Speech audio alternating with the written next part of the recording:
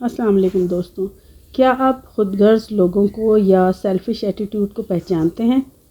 ہر کوئی پہچان لیتا ہے، لیکن عموماً اس پہچان کروانے کا عرصہ کافی لمبا ہو جاتا ہے،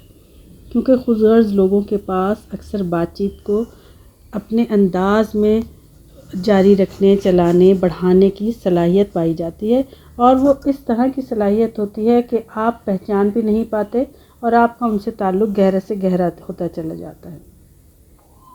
تو اگر آپ اس بات کو پہچاننا چاہتے ہیں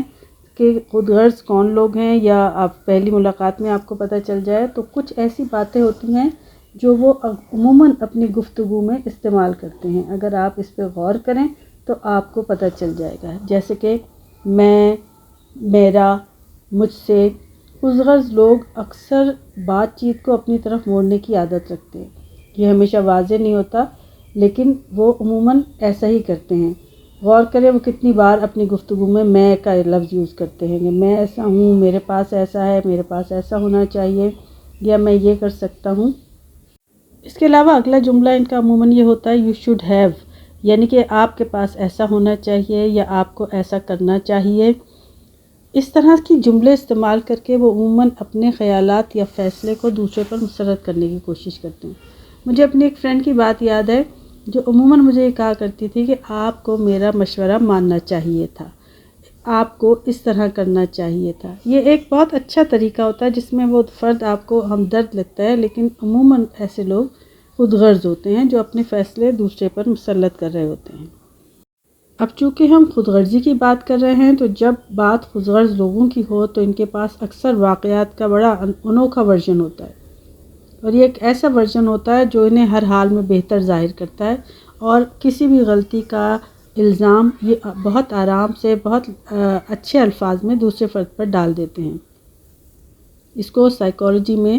سیلف سرونگ بائس کہا جاتا ہے۔ اس کے علاوہ کتنا ہی ضروری کام کیوں نہ ہو، I don't have time for this کہہ کر وہ آرام سے نکل جاتے ہیں اور کوئی ذمہ داری لینے پر تیار نہیں ہوتے، لیکن جب ان کو ضرورت پڑتی ہے تو وہ بٹ واٹ اباؤٹ می کہہ کے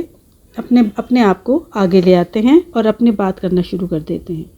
عام زندگی میں آپ غور کیجیے گا کہ آپ کا کوئی جاننے والا ایسا تو نہیں ہے کہ جب آپ کبھی اپنی بات کرنا چاہتے ہیں، اپنا کوئی مسئلہ بیان کرنا چاہتے ہیں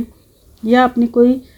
خبر دینا چاہتے ہیں، تو وہ بہت آرام سے واٹ اباؤٹ می کہہ کے یا کوئی اور اسی طرح کا جملہ کہہ کے پوری گفتگو کو اور حالات کو اپنی طرف موڑ لیتا ہے اور اپنی کہانی شروع کر دیتا ہے۔ یہ ان کا بہت عام طریقہ ہے۔ اس کے علاوہ جب کبھی آپ ان کو کوئی ریوارڈ دیتے ہیں یا کوئی ریوارڈ ملتا ہے یا آپ ان کی کسی بات کی تعریف کرتے ہیں، تو وہ سمجھتے ہیں سب کچھ کم ہے اور وہ اس سے بہتر کے حقدار ہیں۔ اس کے علاوہ یہ میرا مسئلہ نہیں ہے جیسے جملے ہم میں سے ہر کسی نے کبھی نہ کبھی کسی نہ کسی سے ضرور سنا ہوگا، اور جس کسی نے بھی یہ جملہ سنا ہے یہ آپ کے لیے ریڈ فلیگ ہے، یعنی کہ آپ ہوشیار ہو جائیں کہ یہ جملہ کہنے والا عموماً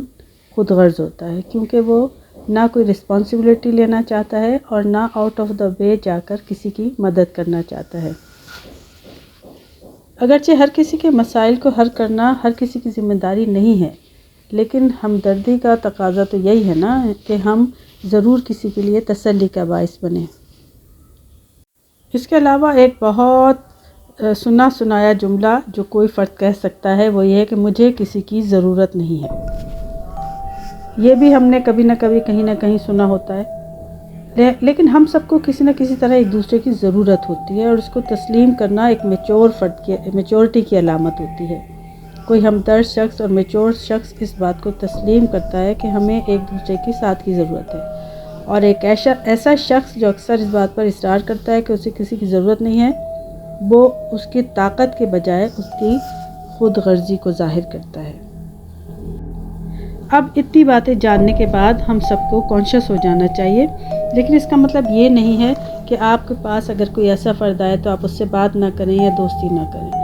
لیکن ایسا نہیں ہے، لیکن آپ اس پر بھروسہ کم کریں، اس سے اپنی ایکسپیکٹیشنز کو کم سے کم رکھیں تاکہ وہ ایکسپیکٹیشنز ختم ہوں تو آپ کو زیادہ تکلیف کا سامنا نہ کرنا پڑے۔ اپنا خیال رکھیے گا۔ اللہ حافظ۔